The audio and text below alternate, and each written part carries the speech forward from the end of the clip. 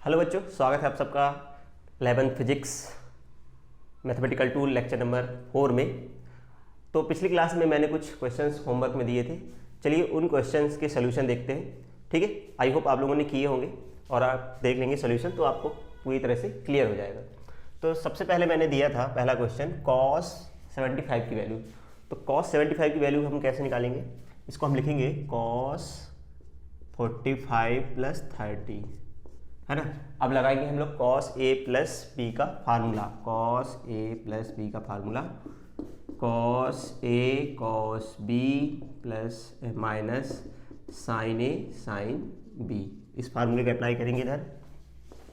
तो cos 45 ये हो गया a, ये हो गया b, cos 30 degree plus minus आएगा साइन 45 डिग्री cos 30 डिग्री। ठीक है, वैल्यू रख देते हैं 1/√2। वैल्यू याद होना चाहिए, बता दिए मैंने टेबल। cos 30 की वैल्यू √3/2, साइन 45 की वैल्यू 1/√2, cos 30 की वैल्यू कुछ अपन लोगों ने कुछ गलत कर दिया है, यहाँ साइन 30 आएगा। ठीक है, साइन 30, तो साइन 45 की वैल्यू, साइन 30 की वैल्यू 1/2, तो ये हो गया √3, 2√2, 1/2√2, एलसीएम 2√2, √3 माइनस 1। ठीक है, तो ये आंसर हो गया इसका, √3 माइनस 1/√2। नेक्स्ट क्वेश्चन था, हमें निकालना था tan 15 की वैल्यू। तो हम इसे क्या लिखेंगे? tan, इसको हम लिख सकते हैं tan 45 माइनस 30 डिग्री। अब लगाना है tan a माइनस बी का फार्मूला। तो tan a माइनस बी का formula tan a minus tan b 1 plus tan a tan b apply कीजिए। तो tan 45 minus tan 30, 1 plus tan 45 tan 30, 1 minus 1/√3, ठीक है, अपॉन 1 प्लस 1/√3। ठीक है, इसको और सॉल्व करते हैं।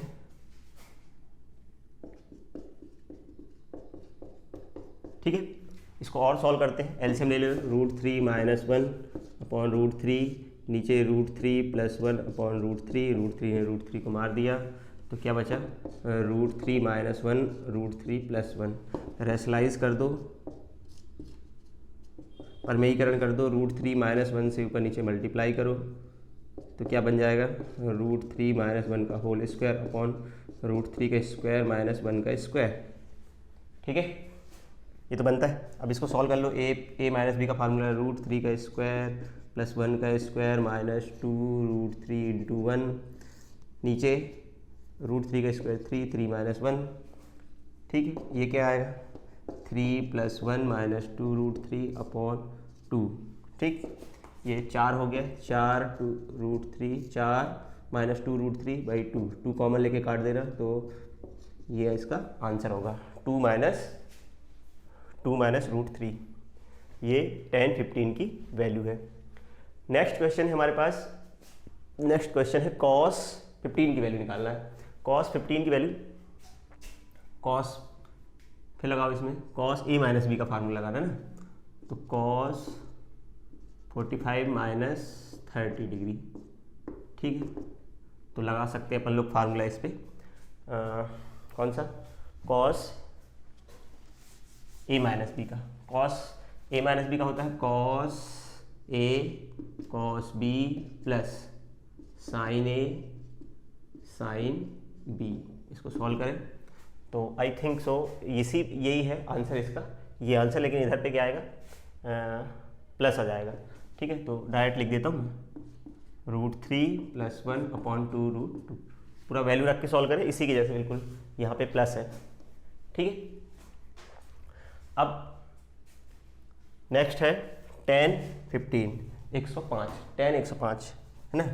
tan 105 की वैल्यू tan 60 प्लस 45। ठीक है, निकाल सकते हैं tan 60 plus tan 45 minus tan 60 tan 45। ठीक है, √3 प्लस 1 1 माइनस रूट 3 इंटू 1। ठीक है, रेशनलाइजेशन करें, रेशनलाइजेशन करोगे इसी की जैसे रेशनलाइजेशन करो जैसे अपन ने इसमें किया था, उल्टा है इस बार। ठीक, इसको रेशनलाइजेशन कर लेना। रेशनलाइजेशन करने के बाद जो आंसर आएगा मेरे ख्याल से वो -2 प्लस रूट 3 आएगा। करके देख लेना। 1 यहाँ पर मल्टीप्लाई करना 1 plus root 3 upon 1 plus root 3 का, और इसको सॉल्व करें तो -2 प्लस रूट 3 आएगा। ठीक है, अब हमारे पास बचा लास्ट क्वेश्चन जो है साइन 105। तो ये भी सिंपल है। साइन 105 क्या लिखोगे, sine 60 plus 45 sine a plus b, sine a cos b plus cos a sine b, root 3/2 sine 60 root 3/2 cos 45 1/√2 plus 1/2 cos 60 1/2 1/√2। ठीक है, 3/2√2 प्लस 1/2√2 कितना हो गया एलसीएम 2√2 और यहाँ √3 प्लस 1। तो ये आंसर। तो ये जितने भी क्वेश्चन मैंने होमवर्क में दिए थे मैंने उनके सोल्यूशन बता दिए हैं, आप लोगों ने शायद किए हों। फार्मूले बेस्ड क्वेश्चन है, फार्मूले अगर आपसे अप्लाई करते बनता है तो आप इसका सोल्यूशन भी कर सकते हैं। ठीक है,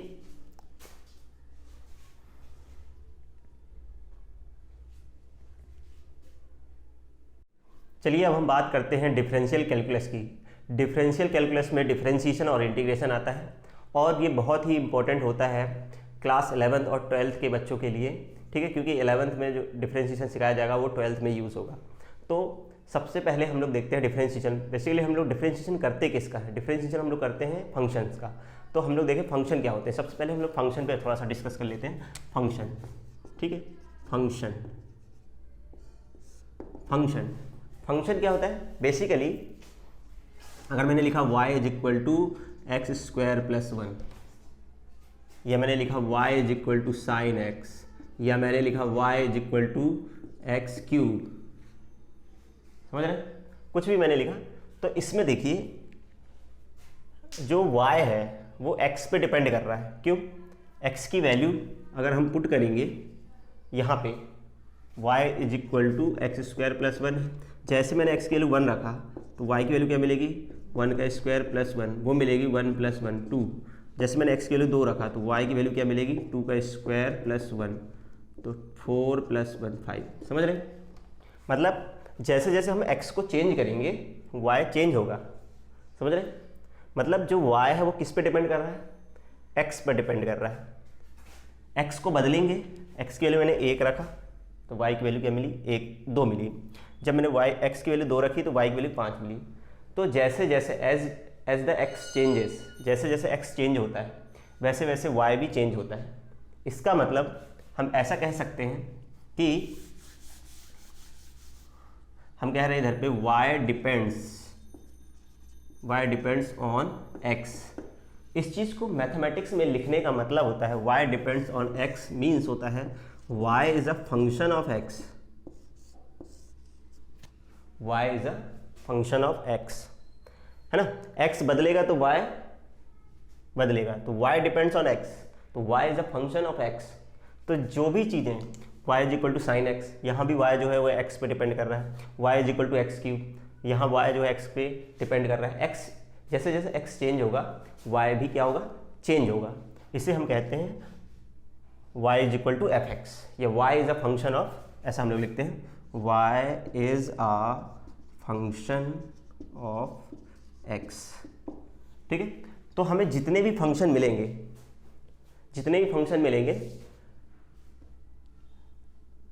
ठीक है, जो भी फंक्शन मिलेंगे हम उन्हीं को क्या करेंगे, डिफरेंशिएट करेंगे। ठीक है, तो ज़रूरी नहीं है कि जो हमारा फंक्शन हो वो x का ही हो सकता है कि y जो हो ऐसा लिखा हो 2t² 2t + 1, है ना। तो हम कहेंगे y is a function of t। मतलब यहाँ पे दो वेरिएबल में रिलेशन है, y और x में, यहाँ y और t में रिलेशन है, इसलिए y is a function of t। As a t changes y changes. ठीक है, तो ये थोड़ा सा मैंने फंक्शन के बारे में बताया। तो हमें बहुत सारे फंक्शन मिलेंगे, x के फंक्शन मिलेंगे, ठीक, उनके बारे में हम लोग डिस्कस करेंगे, उनका डिफरेंशिएशन कैसे करते हैं। ठीक है, चलिए, तो ये मैंने थोड़ा सा फंक्शन के बारे में बताया। फंक्शन मतलब रिलेशन है, दो वेरिएबल में रिलेशन है, ठीक है। तो ये हम लोगों ने फंक्शन जाना। तो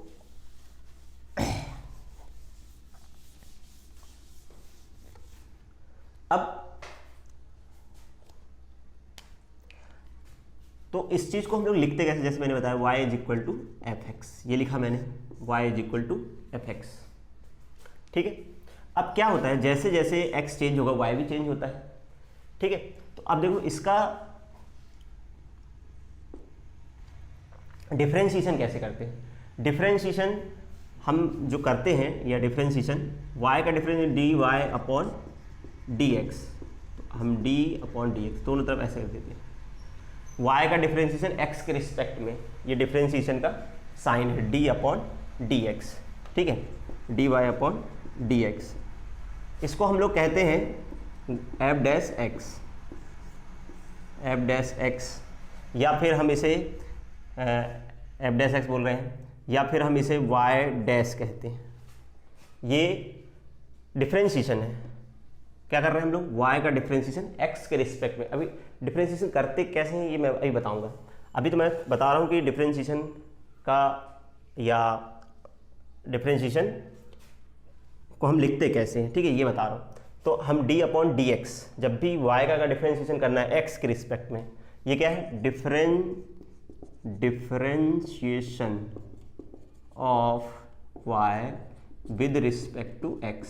हम y का x के रिस्पेक्ट में डिफरेंशिएशन कर रहे हैं, और इसको लिखने का तरीका मैंने बता दिया, ऐसे लिखेंगे dy अपॉन डी एक्स, इसको f डैश एक्स बोलेंगे या y डैश एक्स बोलेंगे, ठीक है। या फिर ये तो फर्स्ट डिफरेंशिएशन हुआ, एक बार और कर सकते हैं अपन, फर्स्ट डिफरेंशिएशन होता है, ठीक है। इसको differentiation of y with respect to x या differential coefficient of y with respect to x कहते हैं, ठीक है। इसी तरह हम लोग एक बार और डिफरेंशिएशन कर सकते हैं dy अपॉन डी एक्स, इसका भी डिफरेंशिएशन हो जाएगा, ठीक है।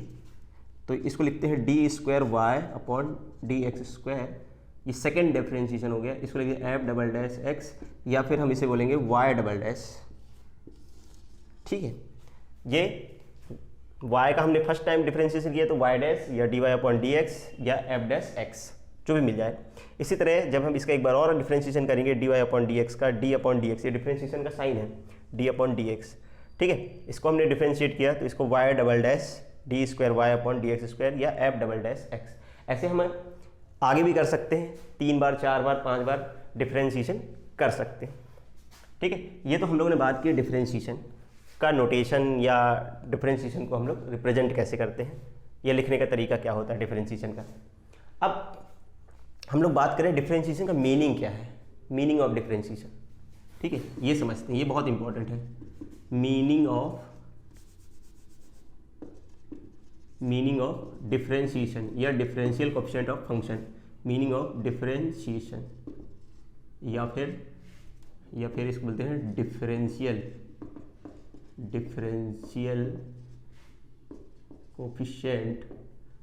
कोएफिशिएंट ऑफ अ फंक्शन, ठीक है। इसका मतलब क्या होता है, तो डिफरेंशिएशन का मीनिंग क्या होता है, इसके दो मीनिंग होते हैं, ठीक है।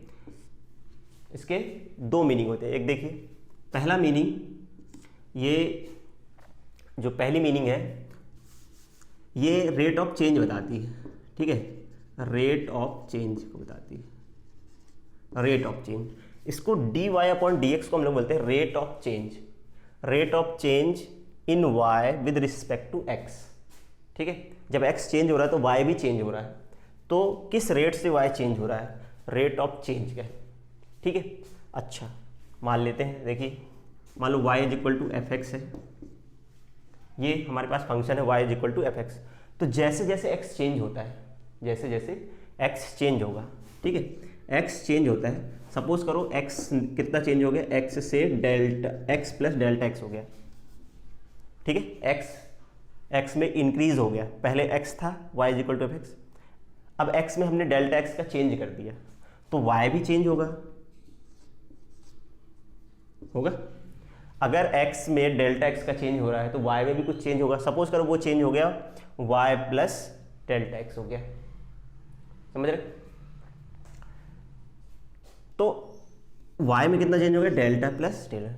तो अब देखो ये 1 ये 2, ये समझ में आ रहा है, y is equal to F X, X पर ये y है, जैसे हमने x को थोड़ा सा चेंज किया, डेल्टा x किया, तो y में भी कुछ चेंज होगा, मान लेते हैं वो डेल्टा y, अब वो बढ़ भी सकता है और घट भी सकता है। अब देखिए मैं क्या कर रहा हूँ, 2 माइनस 1 करूँ, 2 माइनस 1 करें तो क्या मिलेगा, तो y plus delta y minus y, इसमें से इसको माइनस करना है, F x plus delta X minus F X, ठीक है, ये से कट गया, delta y F x minus F X, ये क्या है, चेंज इन y में कितना चेंज हुआ। और अगर हम इसे डेल्टा x से डिवाइड कर दें, डेल x से डिवाइड कर दें, तो x plus del x minus del x, ठीक है, तो इसको कहते हैं rate of change, rate of change in y, ठीक है, वैसे एवरेज कहते हैं, एवरेज औसत, average rate of change in y with respect to x, ठीक है, ये क्या है, y में परिवर्तन की दर है x के सापेक्ष, ठीक है, y में कितना चेंज हो रहा है, x के, y में रेट ऑफ चेंज है x के रिस्पेक्ट में, y में परिवर्तन की दर x के सापेक्ष, ठीक है, ये एवरेज रेट ऑफ चेंज को बताता है, डिफरेंशिएशन। और अगर हम लोग इसमें लिमिट लगा दें, अगर हम इसमें क्या लगा दें, लिमिट लगा दें, लिमिट लगा दें,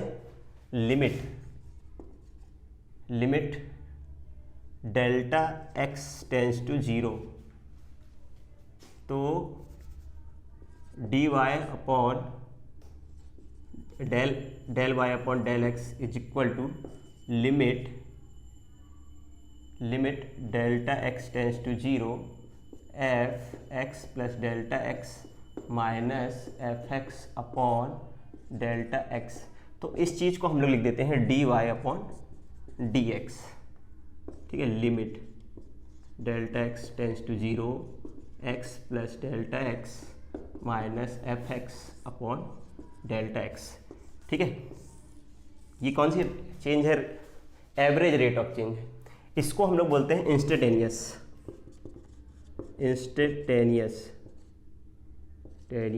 रेट ऑफ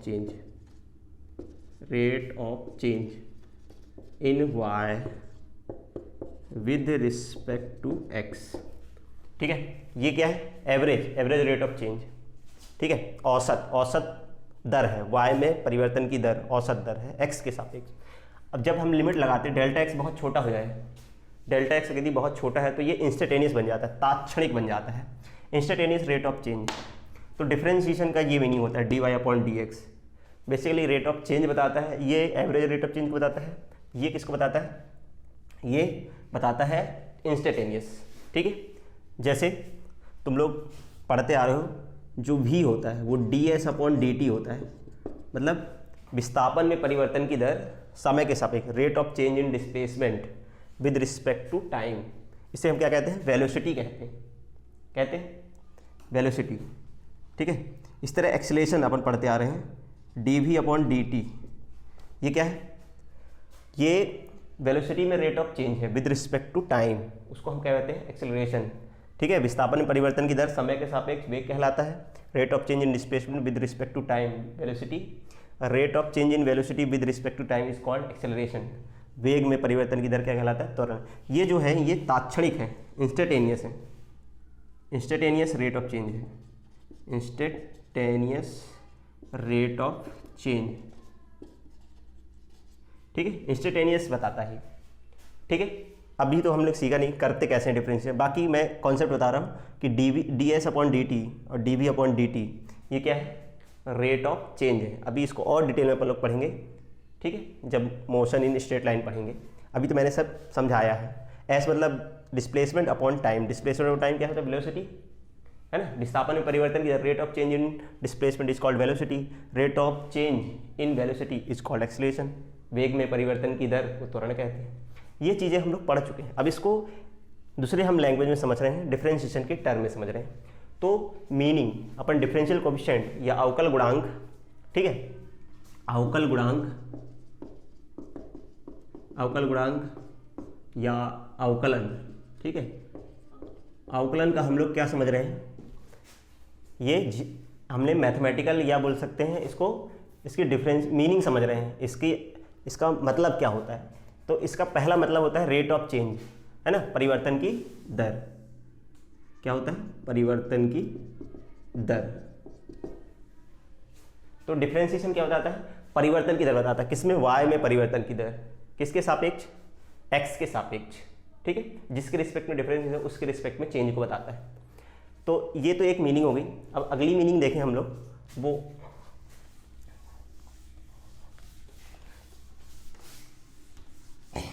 तो ये हम लोगों ने मीनिंग देखी पहली, रेट ऑफ चेंज को बताता है डिफरेंशिएशन, ठीक है।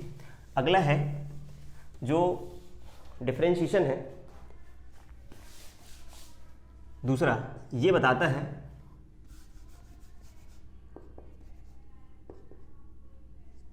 देखिए, मान लेते हैं कि हमारे पास एक ग्राफ है, कोई भी ग्राफ, ठीक है, ये किसी फंक्शन का ग्राफ है, y इज इक्वल टू, ये y is equal to fx का ग्राफ है, ठीक है। यहाँ पे हमने एक पॉइंट लिया x, तो इसके करस्पॉन्डिंग जो वैल्यू है वो है fx। जैसे हम x की जगह x रखेंगे तो x, तो ये y है, y की वैल्यू ये है। इस तरह इसी के पास जस्ट एक पॉइंट है थोड़ा सा डेल्टा x डिस्टेंस पे, डेल्टा x डिस्टेंस पे, ठीक है। इसको हम लोग बोले हैं ज्योमेट्रिक मीनिंग, ज्यामितीय अर्थ देख रहे हैं, ज्यामितीय अर्थ। अभी हम लोगों ने देखा था वो रेट ऑफ चेंज बताता है, वो मैथमेटिकल मीनिंग है। अब ज्योमेट्रिकल मीनिंग देखो, ज्योमेट्री में क्या बताता है, ठीक है। तो इसके करस्पॉन्डिंग जो वैल्यू है, इसके करस्पॉन्डिंग जो वैल्यू है वो क्या कहलाएगी? F x plus delta x, समझ रहे? तो हमने x के प्लेस पे जब x रखा तो y की वैल्यू मिलेगी fx, और जब x के प्लेस पे हम रखेंगे x प्लस डेल्टा एक्स, यहाँ रखेंगे x plus x delta X, तो fx हो जाएगा ये, ठीक। fx प्लस डेल्टा, ये y की वैल्यू, दूसरी y की वैल्यू है, पहली y की वैल्यू ये है, दूसरी y ये। अब यहाँ पॉइंट P है, इधर मान लो ये पॉइंट P है, ये Q है, इन दोनों को मिला दें। अब ये कोऑर्डिनेट है, इस पॉइंट के कोऑर्डिनेट क्या होंगे? P के कोऑर्डिनेट जो है, P के कोऑर्डिनेट अगर अपन बात करें तो वो होगा x और fx, ये कोऑर्डिनेट होंगे। और इस Q के कोऑर्डिनेट क्या होंगे? x plus delta x comma fx plus delta x, ये कोऑर्डिनेट है। तो 11th में थोड़ा सा सिखाया जाता है स्लोप कैसे निकालते हैं? स्लोप निकालते हैं y2 minus y1 upon x2 minus x1। देखिए मैंने एक टेंजेंट यहाँ पे, इस पॉइंट पर मैंने एक टेंजेंट ड्रॉ किया, स्पर्श रेखा, ठीक है, स्पर्श रेखा, मान लेते हैं ये एंगल थीटा है, और इसका स्लोप निकालना है, ठीक है। इस लाइन का स्लोप जो है वो होगा tan थीटा। अब मैं इसका स्लोप निकालता हूँ, PQ का स्लोप ऑफ PQ के अपन स्लोप निकालें या ढाल निकालें, PQ का ढाल, ठीक है, PQ का ढाल, स्लोप निकालना। स्लोप जो होता है अभी मैंने बताया m होता है y2 minus y1 upon x2 minus x1। अब देखो ये x1 y1 x2 y2, ठीक है, x1 y1 पॉइंट है, x1 y1 ये कोऑर्डिनेट है, P के कोऑर्डिनेट निर्देशांक, और Q के निर्देशांक है x plus delta x, F x plus delta X. तो ये क्या हो जाएगा? y2 x plus x minus F X upon, ठीक है, this minus this, x plus delta X minus x, तो ये इससे कट गया, F x plus delta X minus F X upon delta X. ठीक है, ये क्या है, स्लोप ऑफ पी क्यू है, स्लोप ऑफ पी क्यू। अब देखो इस लाइन का स्लोप, इस पी क्यू का स्लोप है, ये पी और क्यू को मिलाने वाली एक लाइन है, इसका स्लोप है। As Q tends to P, जैसे जैसे क्यू है, क्यू को हम पास लाते जाएं, अगर क्यू को हम पास में लाते जाएंगे पी के, तो क्या होगा, ये जो पॉइंट होगा, ये पॉइंट ये बहुत पास आ जाएगा इसके, जैसे जैसे पास आता जाएगा, it means delta X tends to zero. अभी कितने का डिफरेंस है इसमें, ये एक्स है तो ये एक्स प्लस डेल्टा एक्स, मतलब डेल्टा एक्स का डिफरेंस है। और डेल्टा एक्स अगर ये पॉइंट क्यू पी की तरफ जाएगा तो ये डिफरेंस घटेगा, डेल्टा एक्स घटेगा, यहाँ से यहाँ तक की डिस्टेंस क्या है, डेल्टा एक्स। तो डेल्टा एक्स घटेगा, मतलब delta X tends to zero, जैसे जैसे पी पास में जाएगा तो ये पॉइंट जो है ये वाला वो इस तरफ आएगा, मतलब delta X tends to zero होगा। तो यहाँ पे वही बात हो रही है, लिमिट लगा रहे हैं, limit delta X tends to zero F x plus delta X minus F X upon delta X. ठीक है, ये लिमिट लगी। अब जैसे जैसे ये क्यू पी के पास आएगा तो ये जो लाइन है, ये वाली पी क्यू, वो ऐसे होती जाएगी, ऐसे ऐसे से, और जैसे यहाँ पे पहुँच जाएगा, क्यू यहाँ पे पहुँच जाएगा, तो ये अपन पी और क्यू है ना, यहाँ पे हो जाएगा, मान लो क्यू इधर पे आ गया, तो ये जो है पी क्यू बिल्कुल इस लाइन के पैरेलल हो जाएगी, पी क्यू। अभी पी क्यू ऐसा, अब धीरे धीरे जब पी पास में आएगा तो ये पी क्यू जो है वो इस लाइन के पैरेलल हो जाएगी, और पैरेलल हो जाएगी तो जो स्लोप पी क्यू का होगा वही स्लोप है ना, मतलब इस लाइन का जो स्लोप होगा, इस लाइन का जो स्लोप होगा वो किसके बराबर हो जाएगा, इस टेंजेंट के बराबर होगा, या स्पर्श रेखा के बराबर हो जाएगा, ये टेंजेंट, समझ रहे। जैसे जैसे जब Q delta X tends to zero तो क्यू कहाँ चल जाएगा, पी के पास, और जब पी के पास आ जाएगा तो ये इतना छोटा है कि इसे हम लोग इस लाइन के पैरेलल मान सकते हैं, और इस लाइन का जो स्लोप है वो टेन थीटा है, एंगल थीटा है, तो इस लाइन का स्लोप होगा टेन थीटा। ठीक है, और इसे ही अपन क्या कहते हैं, D Y upon D X कहते हैं। तो क्या बताता है ये ज्योमेट्रिकल मीनिंग, ये कहता है कि किसी पॉइंट पर डिफरेंशियल कोएफिशिएंट की वैल्यू, मतलब किसी पॉइंट पर, मतलब जब ये P बहुत पास में आ गया, Q बहुत पास में आ गया, तो P और Q कोइंसाइड कर जाएंगे, मतलब ये दोनों अलग अलग पॉइंट नहीं है, एक ही पॉइंट है। तो इस पॉइंट पर जो टेंजेंट है उसका जो स्लोप होगा, इस लाइन का, इस टेंजेंट या स्पर्श रेखा का जो स्लोप है वो इस पॉइंट पर अवकलन के बराबर होगा या अवकल गुणांक के बराबर होगा। ठीक है, ये ज्योमेट्रिकल मीनिंग है। क्या बताता है कि अवकलन, किसी बिंदु पर अवकल गुणांक का मान उस बिंदु पर खींची गई स्पर्श रेखा की प्रवणता के बराबर होता है। ठीक है, the tangent drawn at any point in the curve, है ना, ये slope of the tangent drawn at any point in the curve is equal to D Y upon D X, या differential coefficient of a function at that point. इस point पर अवकल गुणांक, differential coefficient की जो वैल्यू है वो इस पॉइंट पर खींची गई टेंजेंट के स्लोप के बराबर होगा। इस बिंदु पर खींची गई स्पर्श रेखा का जो स्लोप होगा, है ना, वही क्या होगा, D Y upon D X होगा। तो D Y upon D X क्या बताता है ना, D Y upon D X होता है slope of the tangent, slope of the tangent. तो स्लोप ऑफ द टेंजेंट स्पर्श रेखा की ढाल बताता है उस बिंदु पर, जिस बिंदु पर अपन अवकल गुणांक का मान निकालेंगे, डिफरेंशियल कोएफिशिएंट की वैल्यू निकालेंगे, उस पॉइंट पर खींची गई टेंजेंट का स्लोप किसके बराबर होता है, D Y upon D X का। ये बहुत ही इंपॉर्टेंट चीज है। ठीक है, डिफरेंशिएशन के दो मीनिंग होते हैं, मैथमेटिकल रेट ऑफ चेंज बताता है वो, rate of change in Y with respect to X. दूसरा डिफरेंशियल जो कोएफिशिएंट है वो ये बताता है कि अगर इस पॉइंट पर हम डिफरेंशियल कोएफिशिएंट की वैल्यू निकालेंगे तो वो उस पॉइंट पर खींची गई टेंजेंट या स्पर्श रेखा की ढाल के बराबर होता है।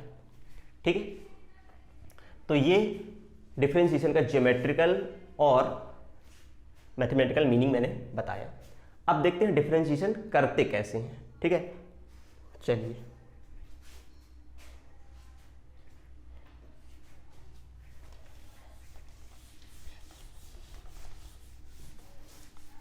तो डिफरेंशिएशन करने के लिए सबसे पहले हम लोग कुछ फार्मूले देखते हैं। फार्मूले का डेरिवेशन तो नहीं देखेंगे क्योंकि वो मैथ का पार्ट है, डेरिवेशन बहुत ज़्यादा हो जाते हैं। अपन फार्मूले देख लेते हैं, इसके बाद हम लोग आगे डिस्कस करेंगे, ठीक है। तो सबसे पहले फार्मूला डिफरेंशिएशन का, x पावर n का डिफरेंशिएशन, ठीक है। फार्मूले देखते हैं, फार्मूलाज। डिफरेंशिएशन ऑफ x की पावर n होता है n into X power n minus 1। दूसरा डिफरेंशिएशन ऑफ a की पावर x, ये होता है a की power x log e a।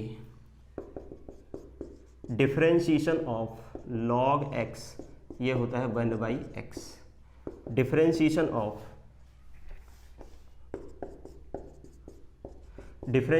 Of sine x, sine x का डिफरेंशिएशन होता है cos x।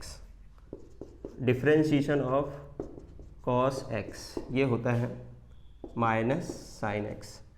Differentiation of tan x, tan x का डिफरेंशिएशन होता है sec square x। Differentiation of cot x, वो होता है माइनस cosec स्क्वायर x, ठीक है। डिफरेंशिएशन ऑफ,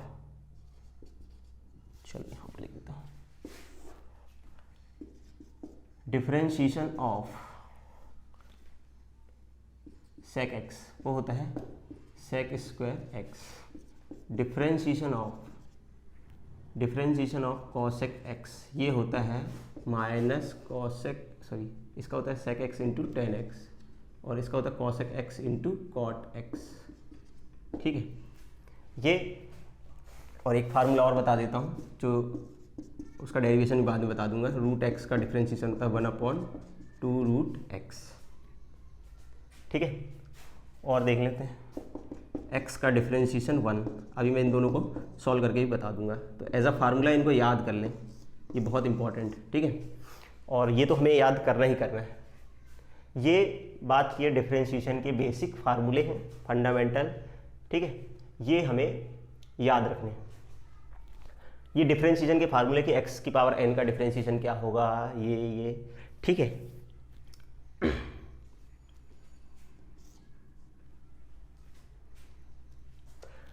अब बात करते हैं डिफरेंशिएशन के रूल क्या क्या है, ठीक है। डिफरेंशिएशन करते कैसे हैं, ये तो फार्मूले हो गए। डिफरेंशिएशन के रूल देख लेते हैं हम लोग, ठीक है। तो सबसे पहला रूल ऑफ डिफरेंशिएशन, तो सबसे पहला रूल है डिफरेंशिएशन का कि किसी भी कांस्टेंट का डिफरेंशिएशन 0 होता है। 7 का डिफरेंशिएशन 0 होगा, मान ले k का डिफरेंशिएशन 0 है। फॉर एग्जांपल जैसे मैंने डिफरेंशिएशन किया 7 का differentiation 0। For example k constant है, k का डिफरेंशिएशन 0, ठीक है। ये पहला रूल है, रूल ऑफ डिफरेंशिएशन, अवकलन का पहला नियम। दूसरा चीज, अगर दूसरा रूल बात करें डिफरेंशिएशन के, कि अगर कोई कांस्टेंट फंक्शन के साथ है, फंक्शन से मल्टीप्लाई में है, तो उसको बाहर कर देना है। तो c को बाहर कर दो, डिफरेंशिएशन किसका करेंगे, fx को डिफरेंशिएट करेंगे, ठीक है। डिफरेंशिएशन नीचे लिख देता हूँ, शायद यहाँ लिख रहा होगा। Differentiation of c fx, c मतलब कांस्टेंट, तो c को बाहर करो, डिफरेंशिएशन करो fx का, ठीक है। ऐसा ये दो रूल हो गए। तीसरा रूल ये है कि अगर दो फंक्शन प्लस में या माइनस में, मतलब प्लस में है u और v, तो हम क्या करेंगे, अलग अलग कर देंगे। u का डिफरेंशिएशन, ठीक है, u का डिफरेंशिएशन, फिर v का डिफरेंशिएशन। अगर माइनस में होता तो माइनस होता, इधर माइनस लगाओ, ठीक है। चलिए तीसरा, अगर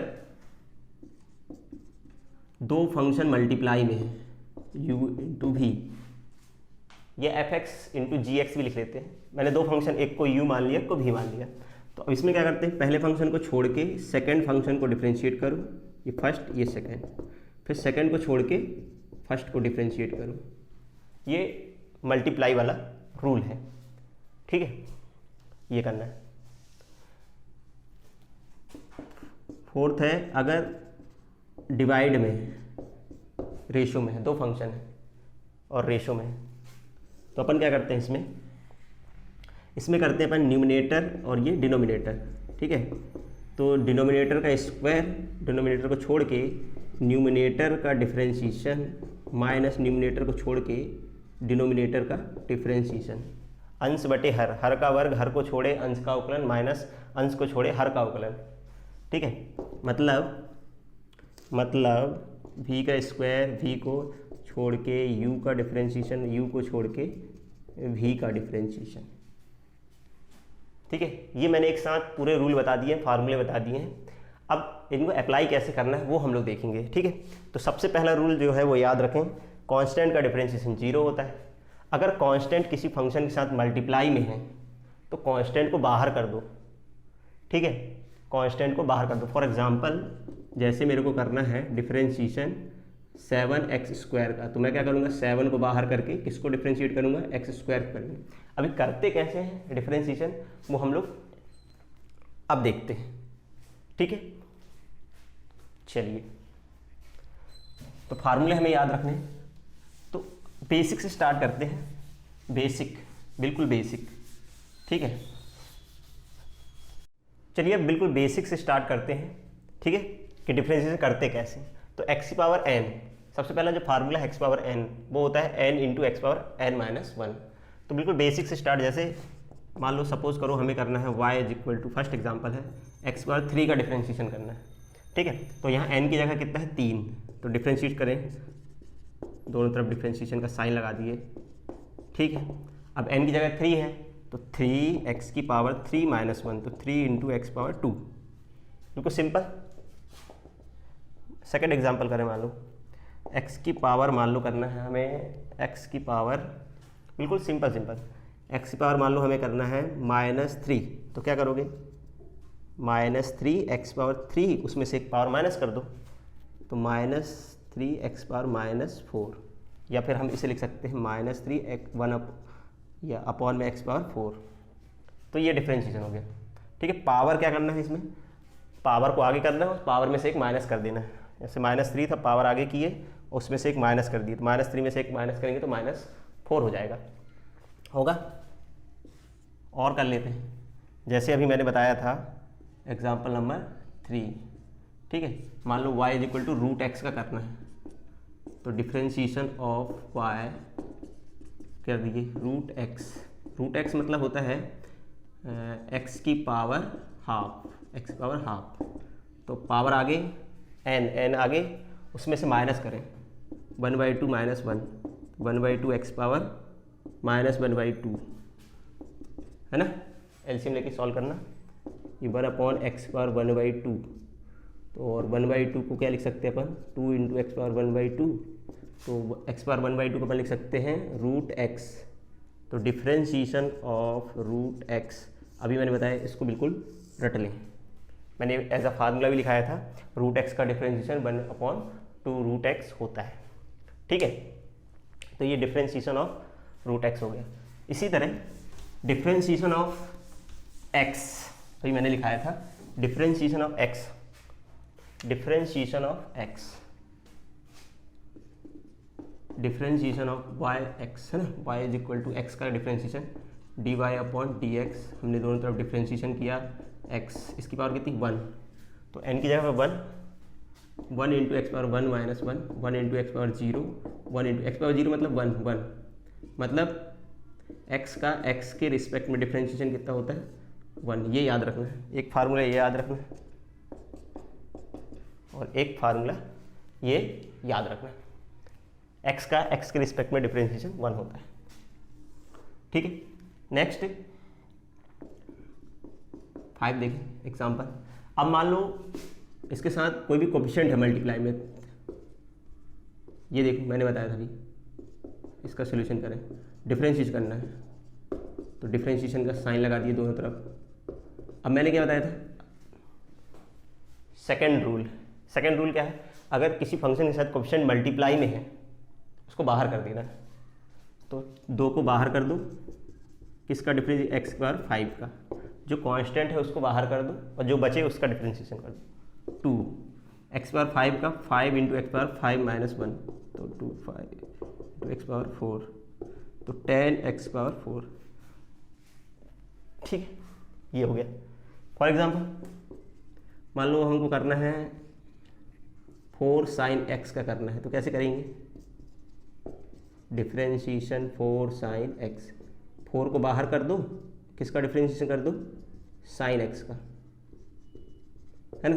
4 इंटू साइन एक्स का differentiation cos x, sin x का डिफ्रेंशिएशन cos x, ठीक है, सिंपल। तो ये जो मैंने चीज़ें बताई बिल्कुल बेसिक, ठीक है, बेसिक है। ये कांस्टेंट है तो उसको बाहर करो, फिर डिफरेंशिएशन कर दो। रूट एक्स का डिफरेंस 1/2 रूट एक्स, एक्स का डिफरेंशिएशन 1, बिल्कुल बेसिक है ना। अब देखें यदि दो फंक्शन प्लस में होते हैं तो कैसे करते हैं डिफरेंशिएशन, ठीक है, आगे देखें। रूल नंबर 3 देखें, जब दो फंक्शन प्लस और माइनस में होते हैं, जैसे सपोज करो हमें करना है x³ 2x² + 1, इसको डिफ्रेंशिएट करना है, ठीक है। एग्जाम्पल नंबर मान लो ये 7 हो गया, ये 6। दो फंक्शन प्लस में है तो क्या करना है? अलग अलग कर दो, डिफ्रेंशिएशन करना है with respect to x, x³ 2x² + 1, बिल्कुल अलग अलग कर दो, सेपरेट करो। इसका डिफ्रेंशिएशन प्लस 2x² का डिफ्रेंशिएशन प्लस, ठीक है, डिफ्रेंशिएशन ऑफ 1, ये हुआ। x³ का डिफ्रेंशिएशन 3x², इसमें क्या करोगे? 2 को बाहर करके, चलो एक स्टेप और लिख देता हूँ, x³ का डिफ्रेंशिएशन 2x⁻² का differentiation plus differentiation of 1, x³ का 3x² 2, x² का कितना? 2 इंटू x⁻² - 1, 2x आएगा, और 1 का डिफरेंस 0, कांस्टेंट का डिफ्रेंशिएशन 0 होता है। 3x² + 4x + 0, 0 को लिखने की जरूरत नहीं, ठीक है। और देख लेते हैं एग्जाम्पल नंबर 8, y = मान लो करना है x² + 1 इंटू x + 1, या इधर कर लो -2 कर लो, चलो इसको डिफ्रेंशिएट करना है। तो सबसे पहले क्या करें अपन लोग? इसको मल्टीप्लाई कर लें, ठीक है।